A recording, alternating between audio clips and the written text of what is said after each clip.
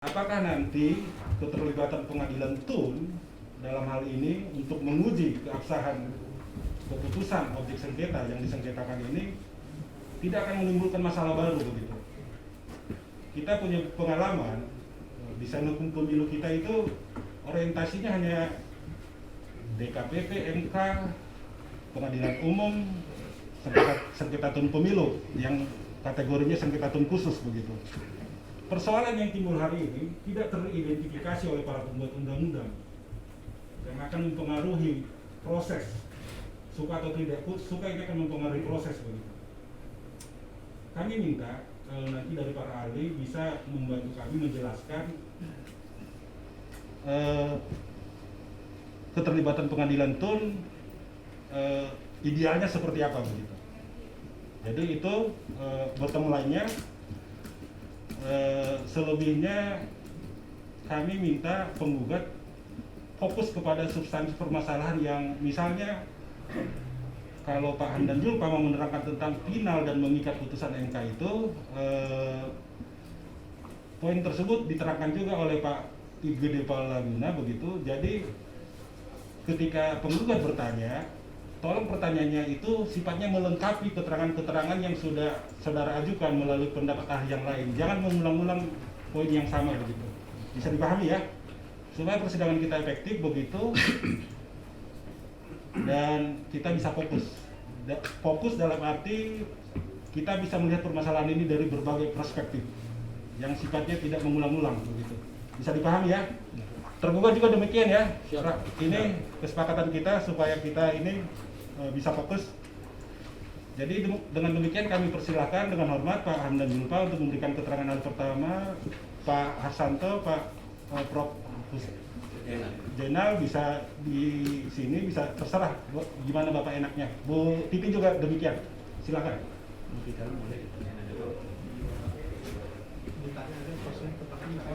Ya.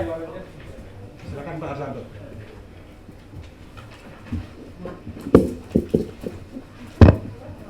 Ditarik juga.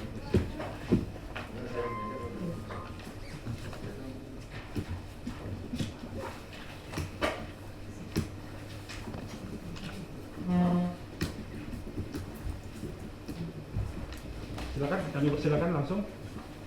Baik, terima kasih yang mulia atas kesempatannya. Jadi untuk keterangan dari ahli Bapak Dr. Hamdan Julfa, barangkali ada yang ingin disampaikan di dalam pendahuluannya, poin-poin dari keterangan tertulis yang sudah. Kami persilakan. Silakan. Baik, terima kasih. Assalamualaikum warahmatullahi wabarakatuh. Saya langsung fokus saja bahwa menerangkan posisi DKPP dalam struktur kelembagaan negara kita. Nanti kita lihat apa yang menjadi tanggung jawab dan fungsi DKPP. Yang pertama, Undang-Undang Dasar itu menyebut ya, pemilu diselenggarakan oleh suatu komisi pemilihan umum yang bersifat nasional, tetap dan mandiri. Suatu komisi pemilihan umum ini terdiri dari 3 organ, yaitu organ pelaksana pemilu yaitu KPU, organ pengawas pemilu yaitu Bawaslu dan Panwas, dan organ peradilan etik pemilu yaitu DKPP. Secara garis besar, organ penyelenggara pemilu ini adalah masuk dalam fungsi pemerintahan. Demikian juga posisi DKPP bukanlah lembaga peradilan, tapi dia adalah lembaga pemerintahan. Kalaupun dia memutus dalam sengketa etik, dia adalah sebagai lembaga pemutus dalam kaitan dengan administrasi pemerintahan yang bukan pengadilan.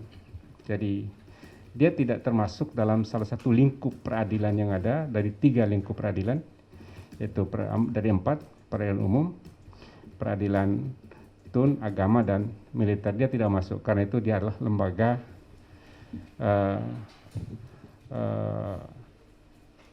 organ tun, ya, organ tata usaha negara.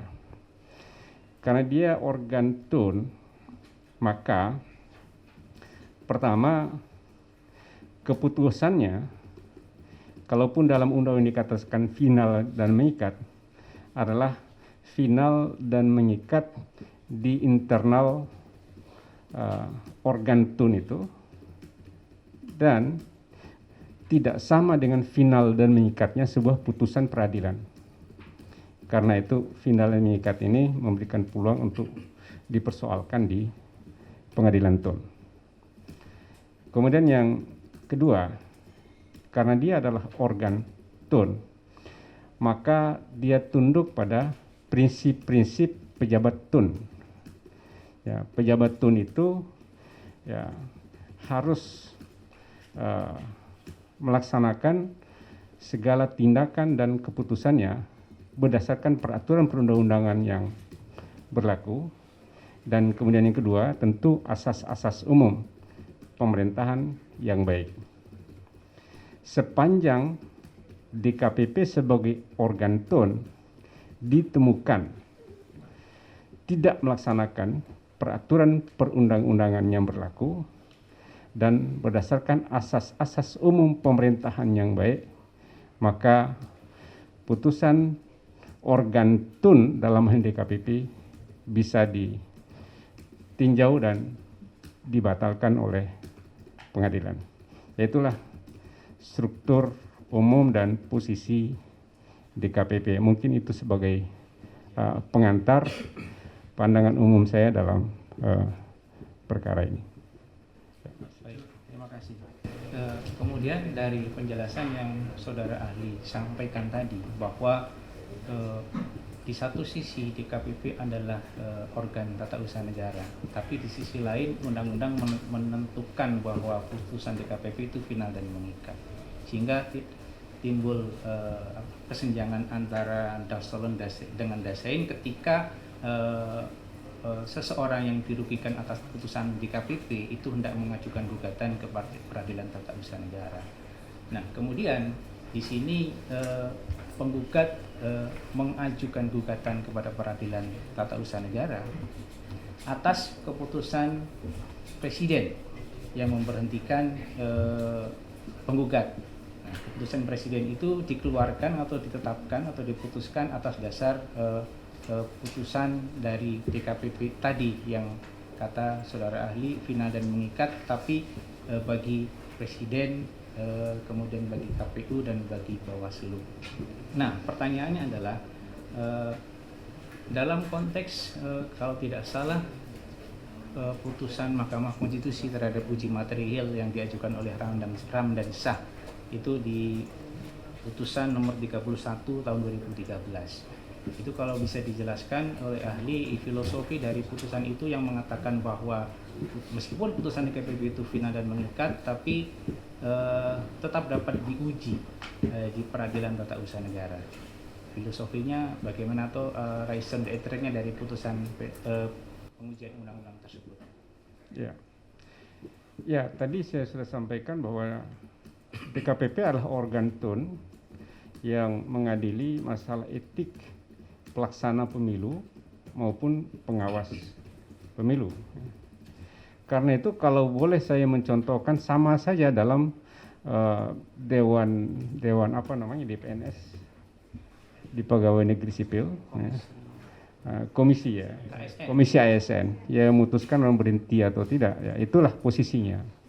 Jadi karena itu putusan komisi ASN juga sama statusnya dengan keputusan DKPP.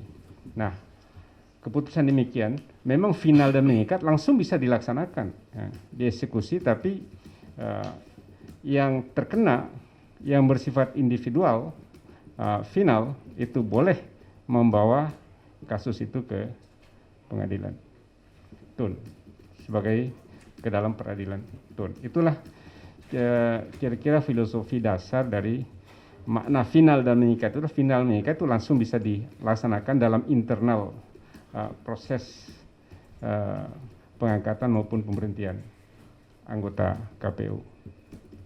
Kemudian masih melanjutkan hal yang tadi saudara ahli jelaskan. Jadi dalam hal terjadi terdapat keberatan atau pengujian di peradilan tata usaha negara seperti dalam kasus ini misalnya, penggugat berkeberatan terhadap keputusan presiden, namun oleh karena keputusan yang mendasari lahirnya keputusan presiden itu menurut penggugat terdapat beberapa cacat yuridis, diantaranya cacat yuridis tentang prosedur, wewenang, dan substansi. Nah, apakah dari filosofi yang tadi saudara ahli terangkan, yang diuji itu, yang dinilai itu adalah betul putusan DKPP itu sendiri? Ya, final mengikatnya putusan DKPP kan pada saat dieksekusi oleh presiden. Jadi seorang yang sudah diputuskan oleh DKPP kan belum berhenti dia. Berhentinya itu ketika secara administratif dieksekusi oleh presiden. Karena itu memang objek tunnya menjadi keputusan presiden itu.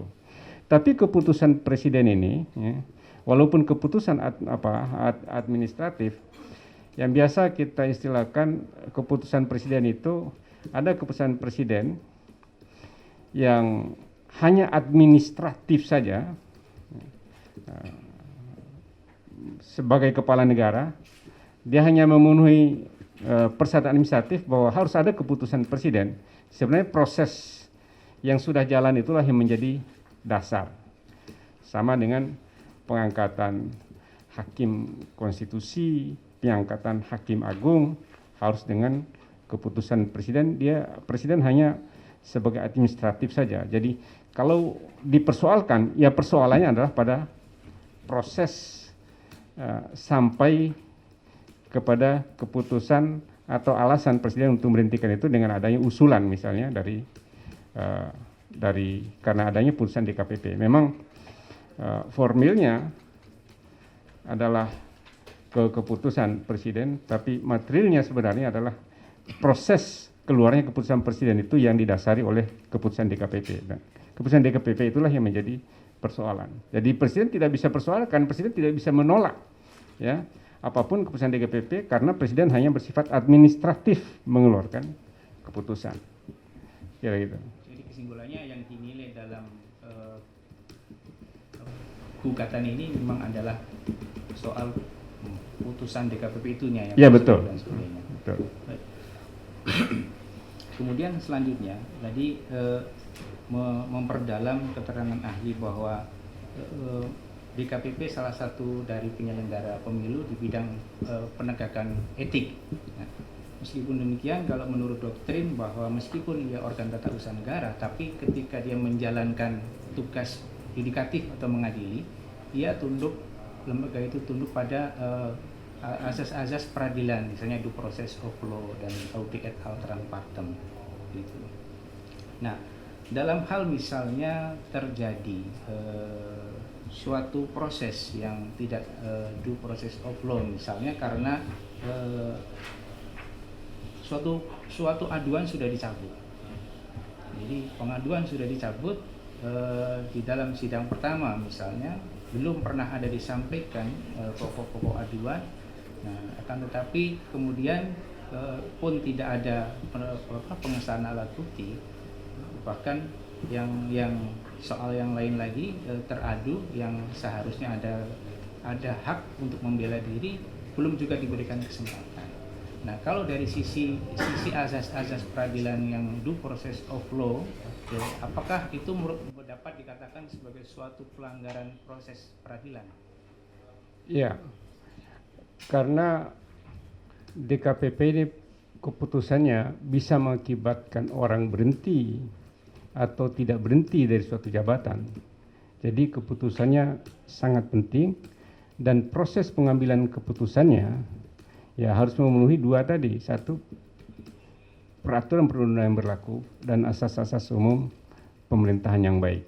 Nah, kita lihat dalam kaitan dengan peraturan perundang-undangan yang berlaku ya, dan asas-asas umum pemerintahan. Nah, dalam sehubungan dengan pertanyaan tadi mengenai due process of law, masalah pengaduan, saya membaca undang-undang itu bahwa DKPP hanya menangani perkara karena dua masukan. Pertama, karena adanya pengaduan, kemudian yang kedua, karena adanya rekomendasi dari DPR. Nah, kenapa rekomendasi dari DPR dan kenapa pengaduan?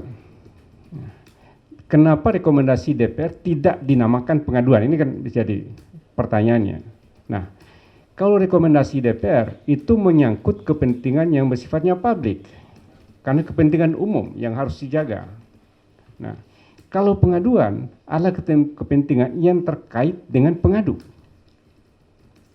Nah, hampir mirip dalam perkara pidana, ada delik aduan, adik laporan.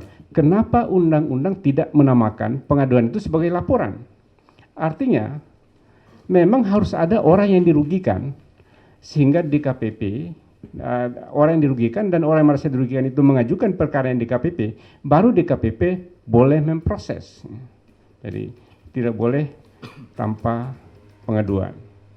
Nah, karena itu logikanya adalah kalau tidak ada pengaduan, maka tidak ada perkara etik atau tidak ada rekomendasi, tidak ada perkara etik di KPP. Karena itu ketika orang mencabut pengaduannya, maka harusnya perkaranya selesai. Ya. Jadi sedikit agak privat, walaupun tidak betul-betul privat, ya, karena dengan istilah pengaduan itu.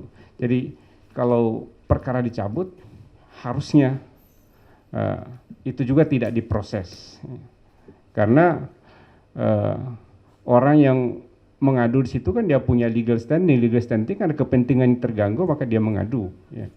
Mengadu, kalau dia cabut harusnya itu selesai persoalan. Baik, kemudian kalau dalam praktek saudara ahli kan pernah menjadi ketua hakim konstitusi dan ketua Mahkamah Konstitusi. Kalau misalnya kita perbandingkan dalam praktek peradilan di Mahkamah Konstitusi, ketika sebuah permohonan, baik permohonan uji material maupun permohonan perselisihan hasil, dalam hal sebuah permohonan itu dicabut, apakah menurut hukum acara pada umumnya dan khususnya di MK itu mutlak berhenti atau bisa dilanjut dengan alasan tertentu? Ada dua, tergantung perkaranya. Kalau perkara PHPU, karena itu berkaitan dengan kepentingan para pihak, ketika para pihak mencabut harus digugurkan. Tapi kalau perkara pengujian peraturan perundang-undangan itu berkaitan dengan kepentingan publik, tidak mudah untuk dicabut. Karena berkaitan dengan kepentingan publik, kalau sudah masuk dan sudah berproses, maka terserah pertimbangan kepada Mahkamah Konstitusi, karena itu berkaitan dengan kepentingan publik. Jadi, tapi kalau gugatan PHPU, kalau yang mencabut ya sudah selesai, Mahkamah Konstitusi tidak boleh mencampuri terlalu jauh. Ya, di PHPU juga termohonnya adalah KPU juga. Ya. Nah, kemudian tadi dalam konteks pengujian undang-undang tadi saudara ahli menerangkan ketika permohonan itu dicabut tergantung dari berpulang kepada Mahkamah Konstitusi. Tapi misalnya dalam konteks memang proses persidangan itu belum pernah berjalan. Jadi pada saat sidang pertama, sidang pendahuluan permohonan dicabut, itu dalam praktek apakah pernah ada yang dilanjut atau itu otomatis menjadi berhenti? Tidak pernah ada. Ya. Kalau baru dimasukkan kemudian dicabut, ya sudah selesai. Kecuali biasanya pengujian undang-undang itu sudah berjalan, sudah dengar saksi, ahli, sudah pembuktian, kemudian dicabut. Nah, ini terserah pada pertimbangan Mahkamah Konstitusi. Tapi kalau belum apa-apa, belum berproses, sudah dicabut, itu langsung diputus gitu, di NO gitu. Baik. Masih berkaitan dengan praktek hukum acara di peradilan ya, meskipun DKPP tidak berada di bawah yudikatif. Ini berkaitan dengan quorum atau syarat untuk pengambilan keputusan. dalam peraturan DKPP nomor 3 2017 disebutkan bahwa rapat pleno adalah rapat pleno secara tertutup untuk membahas, memusyawarahkan dan memutus perkara pelanggaran kode etik pemilu yang dihadiri oleh 7 orang. Kecuali dalam keadaan tertentu dihadiri paling sedikit oleh 5 orang anggota DKPP. Nah, dalam hal musyawarah untuk mengambil putusan itu kurang dari 5, tadi kan ditetapkan hukum acaranya adalah 5 gitu. Nah, menurut ahli apa akibat hukumnya dan filosofi dari quorum itu sendiri itu bagaimana? Ya, jadi kalau kita buka di Undang-Undang Pemilu hanya menyatakan bahwa ketentuan mengenai hukum acara, pembelaan diri dan seterusnya itu diatur dalam peraturan DKPP. Artinya undang-undang mendelegasikan kewenangan pengaturan itu dalam peraturan DKPP. Nah, peraturan DKPP itu adalah hukum yang mengikat ketika sudah ditetapkan sebagai peraturan perundang-undangan. Nah, ketika peraturan perundang-undangan ini dibuat dan dikeluarkan oleh DKPP dan dilanggar oleh DKPP, itu termasuk pelanggaran due process of law, termasuk pelanggaran pejabat tun dalam melaksanakan peraturan perundang-undangan. Itu yang saya katakan tadi, dia adalah pejabat tun yang harus taat asas pada peraturan perundang-undangan.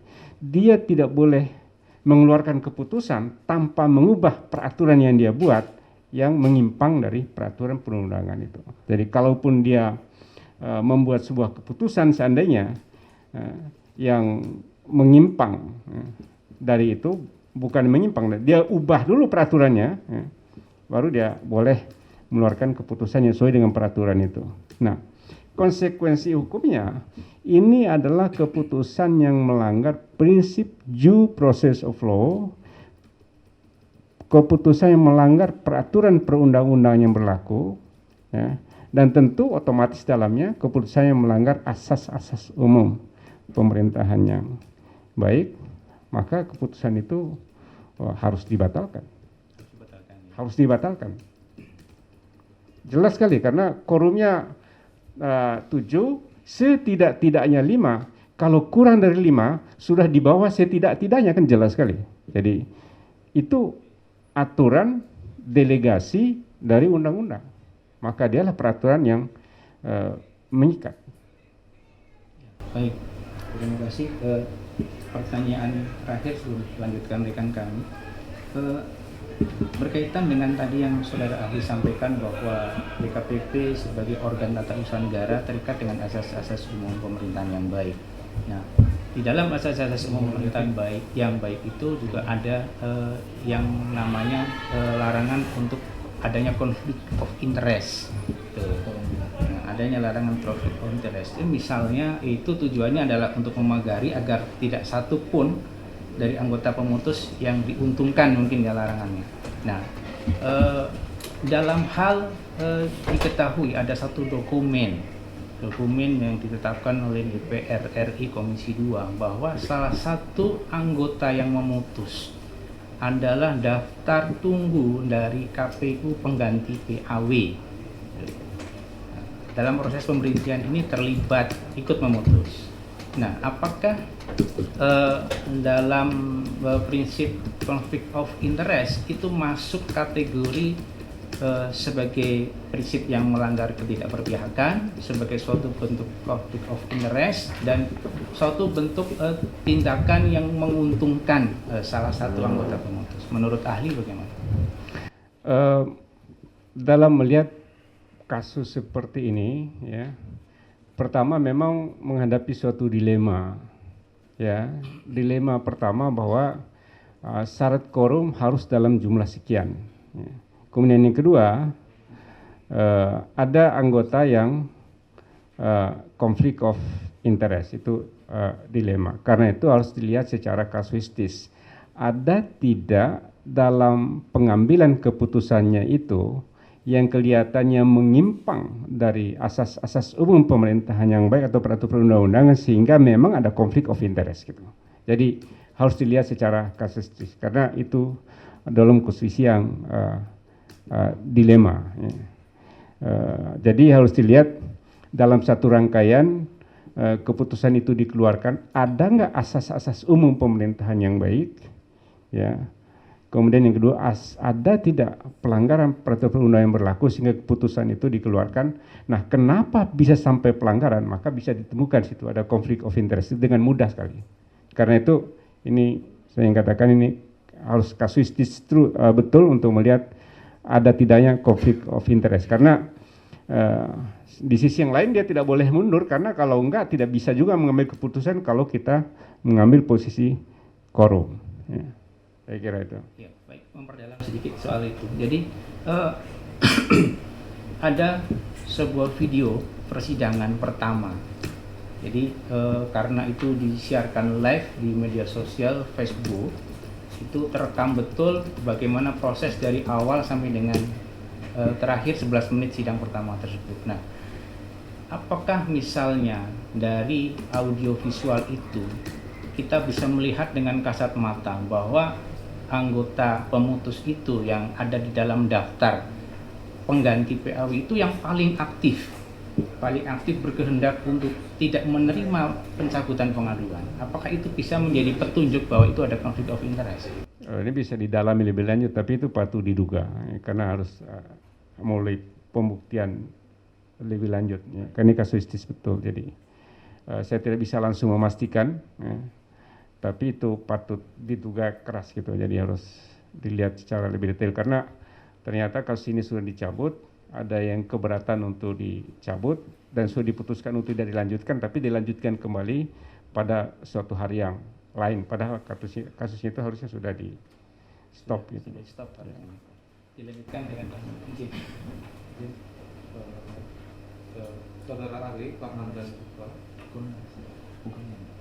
Saudara ahli Pak Hamdan Mic-nya tolong didekatkan biar bisa langsung dikonversi ke teks. Izin yang mulia kami lanjutkan. Saudara ahli Pak Hamdan Zulfa, saya ingin memperdalam tentang kewenangan dari DKPP yang Bapak jelaskan tadi. Sebelumnya saya bacakan dulu pasal 155 ayat 2 Undang-Undang Pemilu, bunyinya adalah DKPP dibentuk untuk memeriksa dan memutus aduan dan atau laporan adanya dugaan pelanggaran kode etik yang dilakukan oleh anggota KPU dan seterusnya. Pertanyaan kami mengenai kompetensi absolut dari DKPP, Pak. Kira-kira menurut saudara ahli, apakah DKPP berwenang atau memiliki kompetensi absolut untuk menguji keputusan atau tindakan hukum KPU yang lahir dari kewenangan KPU? Ini mungkin dilihat secara kasuistis ya, dalam kasus apa mungkin bisa dilihat, jadi agak sulit kita tarik yang umum, tapi dalam banyak kasus ya,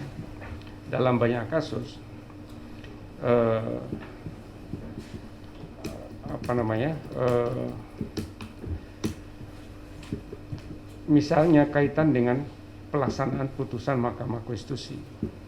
Dalam kaitan pelaksanaan putusan Mahkamah Konstitusi itu, eksekutornya, khususnya PHPU ya, eksekutornya adalah KPU. KPU lah yang memiliki ya, kewenangan untuk menafsirkan dan memahami putusan Mahkamah Konstitusi. Ini dalam banyak kasus itu banyak sekali. Ya, banyak sekali. Nah, sementara di mana kewenangan DKPP? DKPP boleh melihat pelaksanaan kewenangan eksekusi dari Komisi Pemilihan Umum, tapi hanya melihat dari sisi etiknya. Dia tidak boleh mengambil keputusan lebih jauh tentang penafsiran, ya, tentang penafsiran dari pelaksanaan putusan oleh eksekutor. Itu karena dilihat pada sisi etiknya itu tadi. Jadi penafsiran, apalagi keputusan yang diambil secara kolektif kolegial oleh satu lembaga.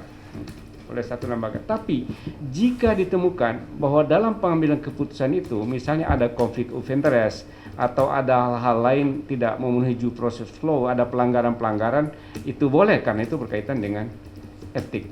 Tapi sepanjang perbedaan pemahaman penafsiran terhadap putusan MK, maka dia tidak boleh mengintervensi lebih jauh ke situ kecuali di sana ada unsur-unsur konflik of interest atau pelanggaran etik yang terjadi.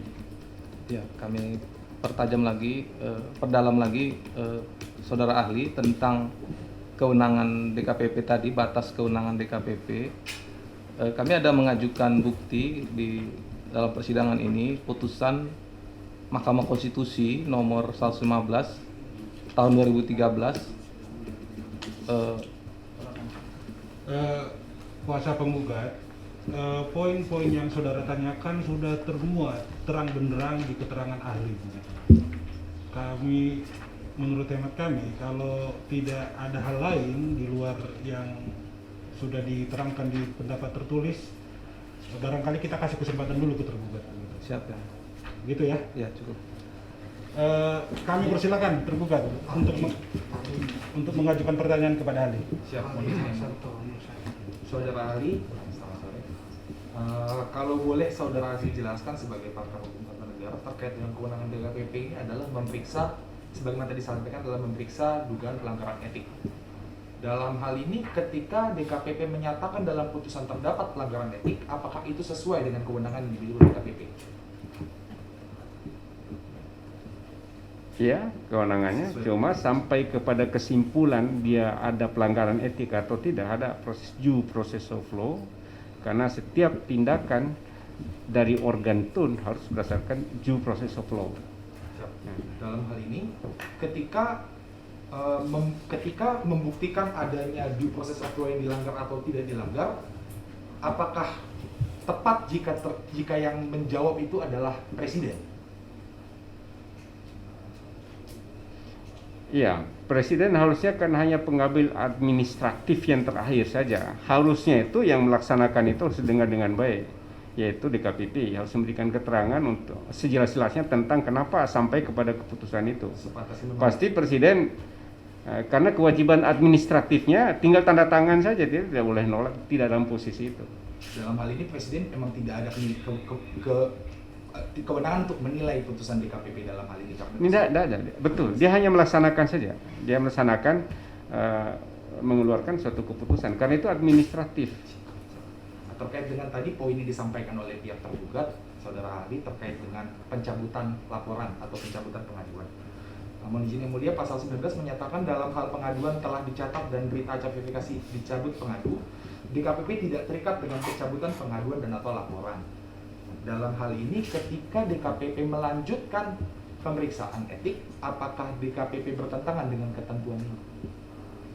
Ya, dari sisi DKPP, ya, karena dia melaksanakan peraturan yang dia buat. Tapi dari sisi hukum dan pengadilan boleh menyimpang dari itu sesuai dengan prinsip menegakkan keadilan. Boleh, ya. Tapi DKPP tidak boleh karena dia demi keadilan berdasarkan ketentuan Yang Maha Esa bersifat seperti hakim di pengadilan yang mengeluarkan putusan berdasarkan keadilan.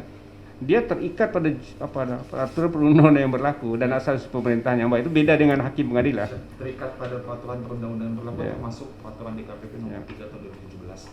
Kemudian dalam hal ini,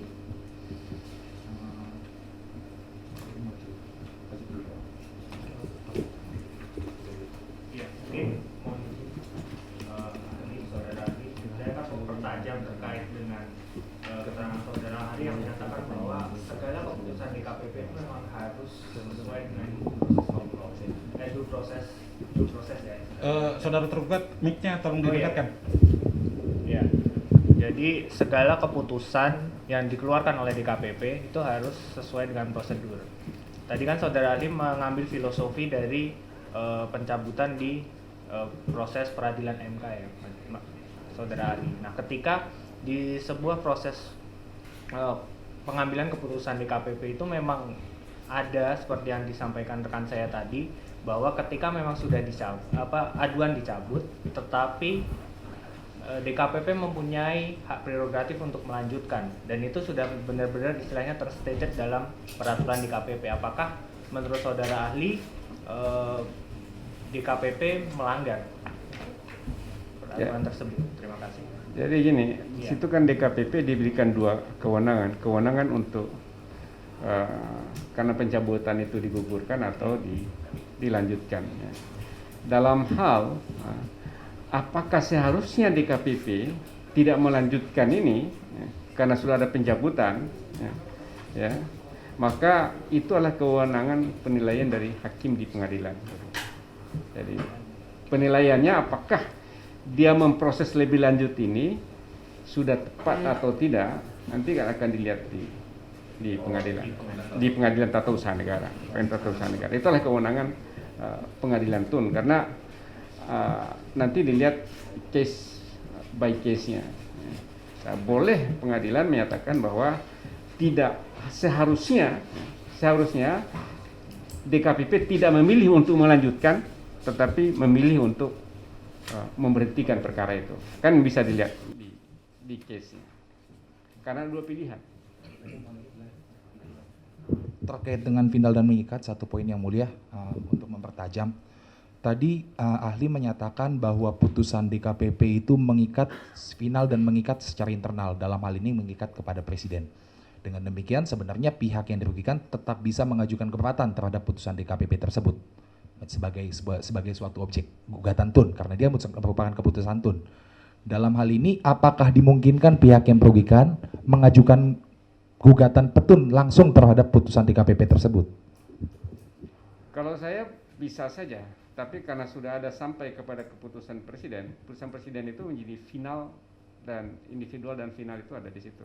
Karena keputusan DKPP sendiri belum menyelesaikan masalah, harus ada tindak lanjut dalam bentuk keputusan presiden.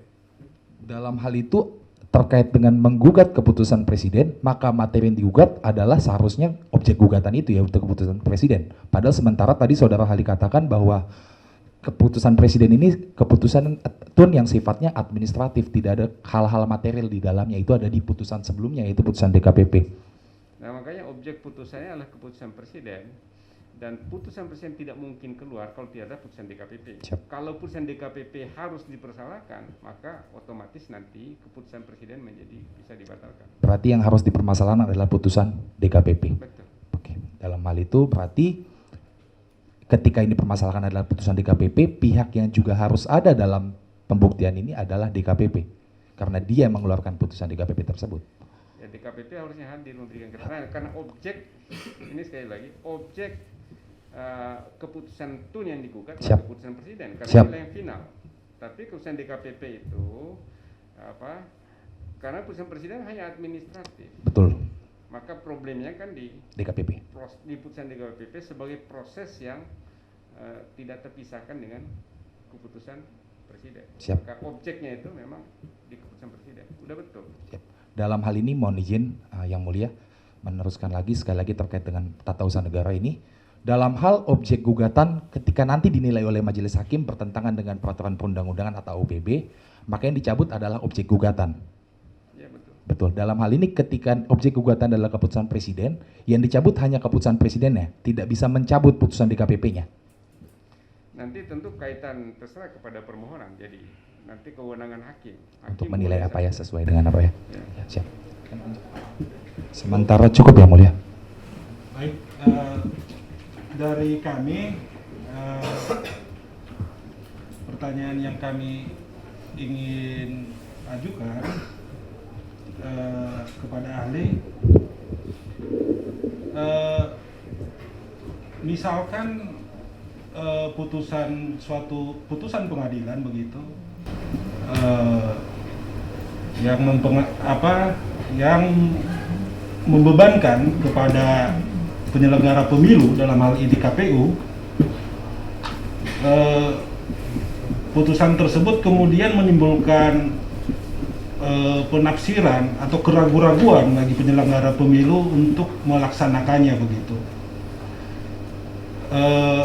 Apakah ada koridor, apakah ada jalur yang bisa ditempuh oleh penyelenggara pemilu tersebut? Misalnya kalau di lingkungan Mahkamah Agung sangat lazim ada permohonan fatwa, penjelasan supaya tidak menimbulkan permasalahan hukum ketika dieksekusi suatu putusan pengadilan. Kepada ahli yang kita tahu bersama pernah memimpin lembaga Mahkamah Konstitusi, apakah dalam praktek ketika ahli memimpin Mahkamah Konstitusi sesuatu yang lazim menerima misalnya permohonan penjelasan pelaksanaan putusan, fatwa begitu, atau bagaimana begitu prakteknya menurut ahli? Dalam hal-hal tertentu MK boleh mengeluarkan kalau ada pertanyaan berkaitan dengan keputusan dalam hal tertentu. Tapi keputusan yang dikeluarkan oleh Mahkamah Konstitusi itu biasanya harus rapat majelis, rapat hakim MK secara keseluruhan. Itulah setiap surat yang berkaitan dengan itu harus rapat. Tapi secara umum saya boleh katakan kadang bisa dikeluarkan. Kemudian berikutnya, karena tadi disinggung masalah due process of law, kita tahu bersama due process of law ini sangat terkait dengan konsep rule of law begitu ya. Di negara-negara Anglo-Saxon, di Amerika, segala keputusan pemerintahan itu syaratnya harus memenuhi due process of law gitu. Makanya ada istilah rule making, ada istilah adjudication di mereka. Kita sudah lihat bahwa perangkat yang ada sedemikian rupa. Keputusan dikeluarkan oleh DKPP harus dieksekusi oleh Presiden, harus diawasi oleh Bawaslu pelaksanaan putusan DKPP begitu. Artinya tanggung jawab hukum Presiden bisa dikatakan sangat terbatas begitu, karena pangkal persoalannya diputuskan oleh lembaga lain yang tidak melibatkan peran serta Presiden sama sekali begitu. Dalam kaitan tersebut,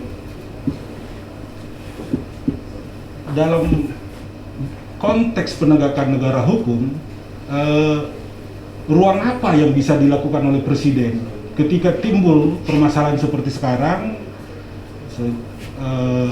Ada pro kontra begitu, ada yang mempersoalkan legalitasnya begitu, muncul hiruk pikuk, sementara proses pemilu harus tetap berjalan begitu. Apa yang bisa dilakukan oleh Presiden dalam konteks penegakan negara hukum? Jadi konkretnya seperti ini ahli. Salah satu ahli, kebetulan kami sudah berusaha mempelajari juga semua data-data yang terkait perkara ini. Kami menemukan di website KPU ada eksaminasi sejumlah ahli begitu. Jadi di situ ada keterangan Ibu Bipitri Susanti. Jadi Bu Bipitri menyatakan seperti ini ahli, bahwa Presiden di sini bertanggung jawab untuk memastikan pengisian jabatan begitu. Jadi ketika timbul permasalahan hukum seperti sekarang, tanggung jawab Presiden itu memastikan kelangsungan pengisian jabatan. Bisakah ahli menjelaskan, mengelaborasi lebih jauh pandangan seperti itu kepada kami? Barangkali itu pertanyaan kami. Terima kasih. Ya. Dalam kaitan dengan proses keputusan Presiden, saya boleh istilahkan dengan Presiden sebagai kepala negara, karena dia hanya secara administratif mengeluarkan keputusan. Jadi saya contohkan sama dengan Hakim Agung, hanya administratif saja. Dia tidak memiliki kebebasan untuk menolak penetapan Hakim Agung yang sudah ditentukan dalam proses yang panjang dari KY ke DPR, dan dia hanya memiliki satu pilihan, yaitu menetapkan apa yang ada dalam proses itu. Satu-satunya yang bisa mengubah, satu-satunya yang memberikan kewenangan Presiden untuk mengubah itu hanya dengan putusan pengadilan. Dengan putusan pengadilan, Presiden boleh mengubah keputusannya yang tadi hanya bersifat administratif. Itulah hukum ada di atas. Itulah prinsip negara hukum di sana. Itu yang mulia. Baik, terima kasih ahli ya sudah hadir. Tentang dinamika peradilan tata usaha negara ya begini Pak. Ketika ada suatu case yang baru yang belum pernah ada di sini, kita memang memerlukan pemikiran-pemikiran tokoh-tokoh ya, terutama seperti yang sekarang memang belum pernah diajukan karena ada 2 tingkat yang berbeda tanggung jawabnya dan menimbulkan hal kerugian yang sama kan gitu. Baik,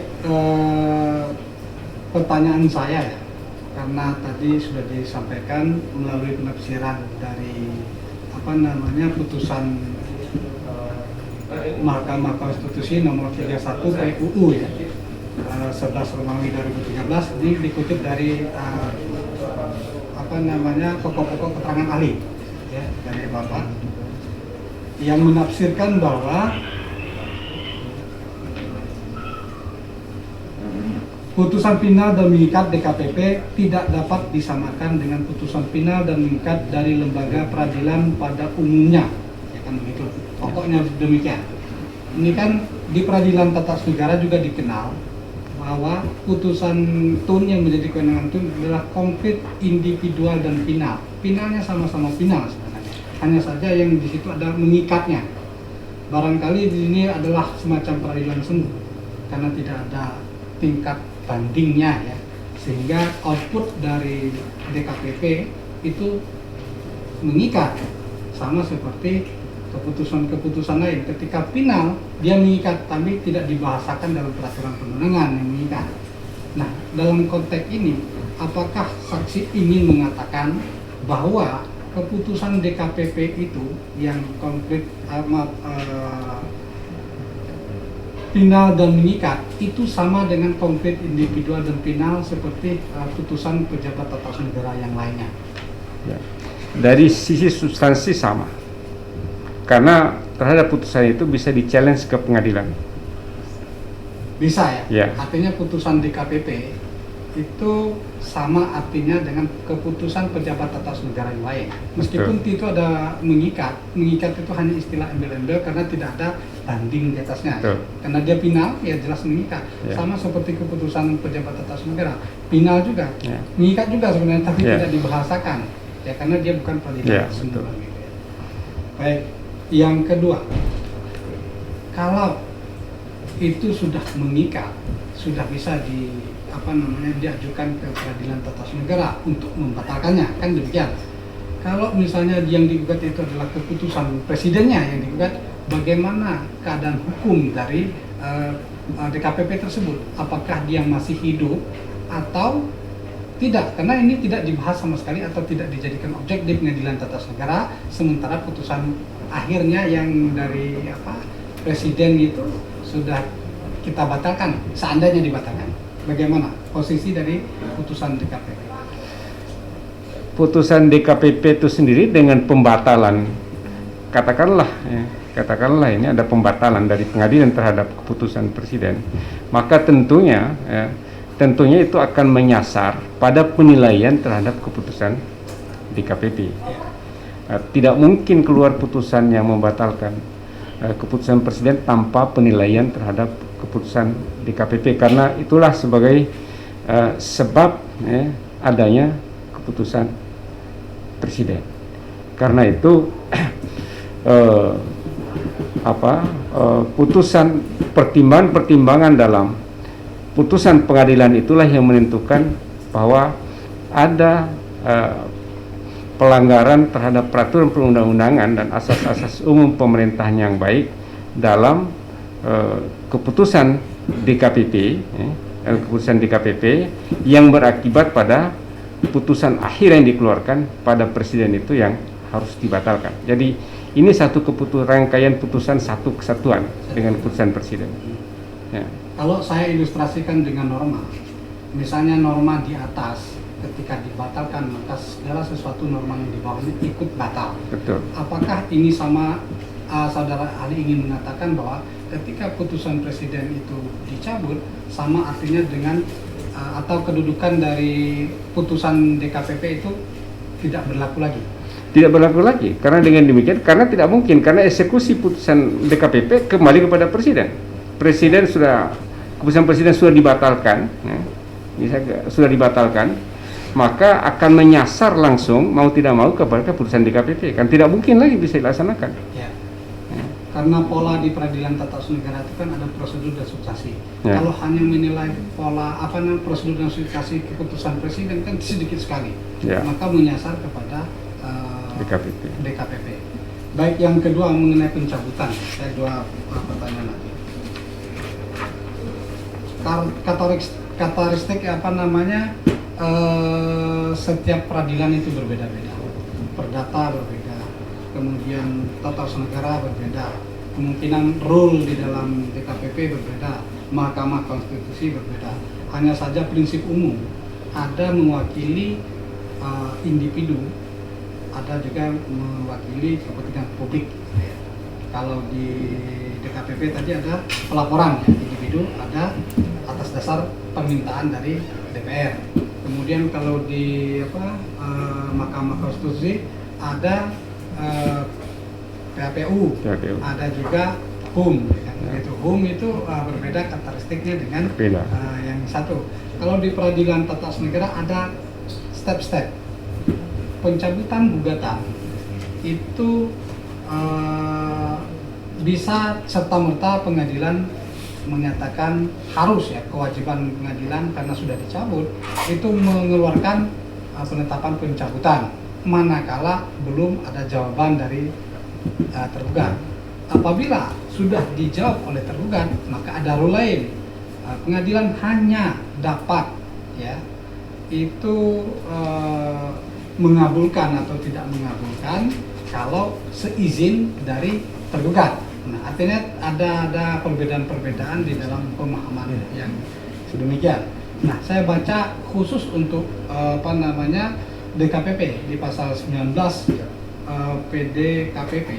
Di situ dalam hal pengaduan dan atau laporan yang telah dicatat dalam berita acara verifikasi material dicabut oleh pengadu dan atau pelapor, DKPP tidak terikat dengan pencabutan pengaduan dan atau laporan.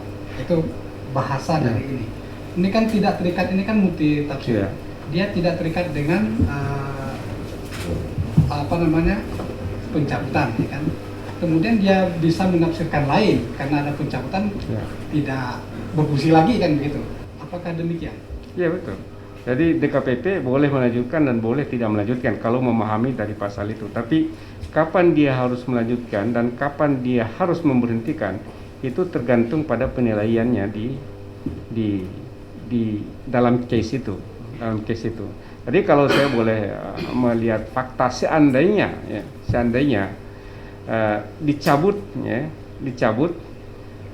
sebelum ada proses pembuktian, mendengarkan keterangan KPU dan lain-lain sebagainya, harusnya prinsip umum ini sama saja di semua peradilan. Jadi harusnya selesai, harusnya ditetapkan bahwa perkara itu di NO ya, di NO karena sudah dicabut, karena belum ada proses apa-apa gitu. Seharusnya. Jadi tapi ini lingkup kewenangan DKPP, tapi pelaksana kewenangan DKPP itu adalah wilayah penilaian dari Pengadilan Tun.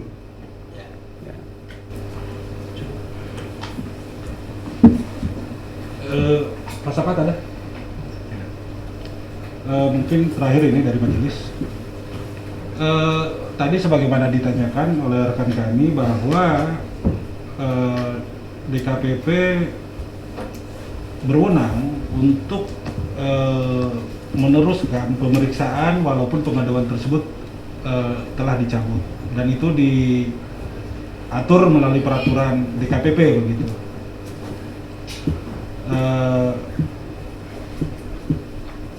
Menurut pandangan ahli, apabila dikaitkan dengan sistematika putusan DKPP, di bagian akhir mereka ya mungkin mengikuti pola di MK begitu, selalu mengambil konklusi begitu, bagaimana legal standing, bagaimana kewenangan DKPP, dan bagaimana putusan akhirnya begitu. Walaupun secara normatif sudah dinyatakan DKPP berwenang meneruskan pengaduan yang sudah dicabut, menurut pandangan ahli dari rasionalitas, karena kita berangkat dari doktrin begitu, kita secara universal di berbagai praktek peradilan ada istilah point de entrée, point de action. No, tidak ada gugatan, tidak ada kasus, tidak ada kepentingan, tidak ada gugatan begitu. Itu praktek universal begitu. Yang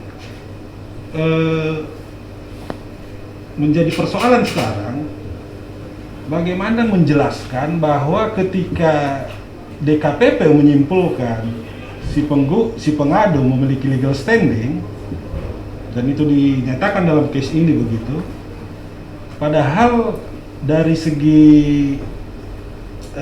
faktual si pengadu sudah mencabut pengaduannya begitu. Apakah ini sesuatu yang apa ya, kalau istilah Belanda redelijk begitu, proporsional, masuk akal begitu? Bagaimana menurut pengalaman ahli terkait sistematika hukum acara yang seperti itu dalam praktek begitu? Ya memang pada akhirnya kapan DKPP harus melanjutkan atau tidak melanjutkan untuk melaksanakan aturannya itu pada kepantasan, kepatutan, dan kepentingan yang dijaga. Karena kenapa saya tadi memberikan kemungkinan itu, bisa saja ada kepentingan publik yang dijaga. Ya. Kalau dalam perkara perdata yang sudah prosesnya panjang, proses ini ya itu kepentingan kita sudah panjang, jadi ada kepentingan lain yang dijaga. Tapi kalau dalam kasus seperti ini belum ada pembuktian, belum ada apa-apa dan dicabut, tidak ada kepentingannya lagi untuk melanjutkan perkara itu. Ya. Ini saya kira jelas karena kenapa orang dikatakan memiliki legal standing, karena dia punya kepentingan. Sementara kepentingannya sudah tidak ada, dia sudah cabut. Ketika diputuskan jadi masalah baru, pasti jadi masalah baru karena bisa kepentingan yang lain-lain terganggu. Jadi karena itu dari sisi kepantasan, kepatutan disitulah harusnya dinilai, dan itu masuk wilayah Tun untuk melihat perkara ini secara kasuistis. Dari kami cukup. Penggugat, ini kita masih banyak ahli lain begitu yang harus kita gali keterangannya begitu. Menurut kami kalau tidak ada hal-hal lain yang di luar yang sudah diterangkan di pendapat tertulis, rasanya kita lebih baik mendengar keterangan ahli berikutnya begitu. Penegasan Baik pada ahli ini. Ya, terima kasih saudara ahli. Pertama, terkait dengan objek gugatan ini saudara ahli tadi yang sudah dijelaskan, menjawab pertanyaan tergugat, penggugat dan dari yang mulia. Putusan DKPP itu, yang putusan DKPP tadi, apakah bisa langsung dijadikan objek gugatan sebelum Presiden menerbitkan Kepresnya? Ya, kalau menurut saya bisa. Ya. Tapi apakah keputusan Presiden tidak boleh menjadi objek gugatan? Bisa juga. Kemudian Ya. penyusunan gugatan dengan objeknya keputusan Presiden dan mendalilkan putusan DKPP sebagai positanya, apakah itu tepat juga? Problemnya begini kalau jadi, saya sedikit kalau objek putusannya putusan DKPP, sementara keputusan Presiden sudah keluar, itu jadi persoalan. Jadi karena itu, kalau sudah keluar keputusan Presiden, maka keputusan Presiden harus menjadi objek gugatan. Tapi kalau belum keluar keputusan Presiden, maka objeknya adalah keputusan DKPP. Kalau saya. Cukup ya? cukup ya. Tergugat. Satu lagi majelis izin. Mohon izin ahli, ketika ahli menyatakan bahwa memang putusan DKPP dapat diuji dalam peradilan Tun. Kemudian apabila kita menggunakan konsep argumentum a contrario, di situ adalah bagaimana jika misalkan yang diuji ini adalah peraturan DKPP-nya, kemudian itu dibatalkan oleh hakim, seandainya ini dibatalkan oleh hakim, kemudian peraturan presiden itulah yang dicabut dicabut kembali berdasarkan putusan hakim yang membatalkan putusan DKPP. Jadi dasarnya dulu kalau bagaimana pendapat ahli? Terima kasih. Ya, nggak bisa karena tadi kalau sudah keluar keputusan presiden itulah menjadi objek. Jadi tidak bisa kita hanya menggugat putusan DKPP kemudian dibatalkan oleh pengadilan misalnya, baru ini ujungnya belum. Jadi karena itu objeknya adalah putusan presiden. Tapi kalau belum keluar itu bisa menjadi objek putusan DKPP. Izin majelis, kenapa kita tanyakan ini karena tadi menarik yang disampaikan hakim anggota tadi terkait dengan struktur undang-undang. Ketika undang-undang dibatalkan otomatis peraturan di bawahnya seperti PP itu batal semua. Tapi ketika suatu peraturan pemerintah dibatalkan tidak otomatis undang-undangnya hapus. Kenapa tadi kita bingung di posisi? Langsung ke pertanyaan aja Pak. Kita posisinya bingung ketika keputusan presiden dicabut, apakah otomatis sekali lagi apakah otomatis putusan DKPP cabut karena dia tidak menjadi objek gugatan, saudara ahli? Nah ini tadi jadi ini kan satu rangkaian, tentu keputusan presiden ini bisa dibatalkan kalau terjadi kesalahan pada keputusan DKPP karena presiden tidak bisa hanya karena pekerjaan administratif, maka karena kesalahan di sana, tentu di sana walaupun tidak jadi objek, tentu sasarnya adalah keputusan DKPP itu. Walaupun putusan DKPP juga belum tentu salah begitu, saudara. Ya. Cukup, terima kasih. Ya. Terima kasih. Jadi kepada ini ya sidang ya, perlu kami sampaikan bahwa ketika kami ditugasi oleh ketua pengadilan untuk memeriksa perkara ini, kami mencoba mengidentifikasi semua peraturan yang terkait. Kami sudah memanggil DKPP untuk masuk sebagai pihak dalam perkara ini. Itu kepentingannya apa? Satu, supaya tergugat bisa disupport dari segi pembuktian begitu dan memberikan dalil-dalil argumen. Tetapi DKPP bersikeras tidak bisa didudukan sebagai tergugat, katanya di Peradilan Tun berdasarkan putusan MK 13/2013 begitu. Itu hak yang bersangkutan, tapi kewajiban hukum yang melekat kepada kami sudah semaksimal mungkin mencoba pihak-pihak yang terkait untuk masuk. Kami melihat juga dalam perkara ini relevansinya Bawaslu karena putusan DKPP menurut Undang-Undang 7 2017 diawasi oleh Bawaslu begitu. Namun di internal kami juga timbul perdebatan bahwa ini yang menjadi objek sengketa adalah keputusan presiden, bukan keputusan DKPP ansih begitu. Jadi proses terakhir kami belum melihat urgensinya Bawaslu untuk masuk sebagai pihak. Jadi perlu informasi juga, kami sedang memeriksa juga perkara-perkara lain yang subjek tergugatnya langsung DKPP selain presiden begitu. Kepada ahli, di luar apa yang ditanyakan oleh majelis, oleh penggugat dan tergugat, adakah barangkali pandangan ahli bagaimana idealnya pengadilan untuk bersikap dalam masalah ini? Karena konon kabarnya pemilu kita itu salah satu yang paling rumit, salah satu penyebabnya kenapa rumit, banyak sekali lembaga yang terlibat, campur tangan begitu katanya. Ini menjadi sesuatu yang problematis bagi kami pengadilan agar kami strict on the power begitu, kami tidak menambah kewenangan, tidak mencampuri yurisdiksi lembaga lain begitu.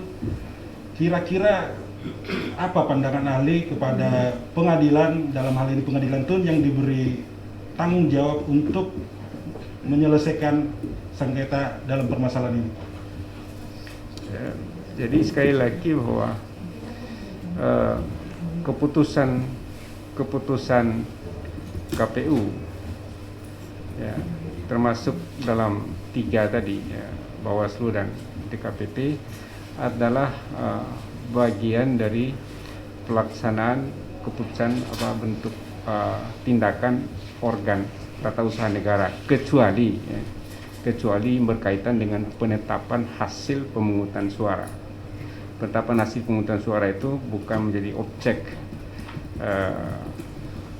Tun karena sama tadi KPU hanya menetapkan saja hasil dari berita acara yang ada.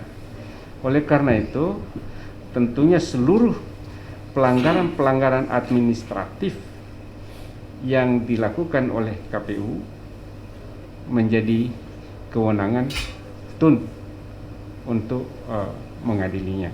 Ya. Jadi karena tapi memang undang-undang dalam hal tertentu sudah memberikan batas-batas karena berkaitan dengan jadwal dan proses pemilu. Karena itu pentingnya pengadilan itu memutuskan dalam batas-batas tertentu ditentukan oleh undang-undang. Tapi ketika batas-batas itu tidak ditentukan, maka tentu secara proporsional. Mungkin dalam kaitan dengan ini tidak ditentukan karena ya kalaupun misalnya pemberhentian terhadap KPU, ya KPU itu bisa langsung tidak berarti fungsi KPU itu tidak berjalan ketika anggota KPU diberhentikan, karena dengan seketika Presiden bisa mengeluarkan anggota pengganti dan fungsi KPU itu tetap berjalan. Mungkin karena itulah berkaitan dengan itu tidak ditentukan batasnya kapan menurut undang-undang dalam kaitan dengan masalah seperti ini ada batas waktunya. Tapi dalam hal tertentu memang undang-undang menentukan batas waktu. TUN harus memutuskan suatu perkara karena berkaitan dengan jadwal pelaksanaan pemilu. Nah, dulu pernah satu kejadian, ini sebagai contoh saja, ketika dimasukkan di MK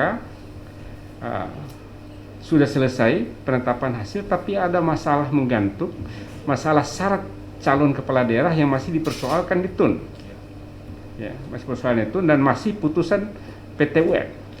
Nah, sementara harusnya putusan MK final dan selesai seluruhnya. Oleh karena itu pada saat itu MK mengambil keputusan untuk menunggu dulu keputusan TUN yang paling akhir, baru MK menjatuhkan putusan akhir.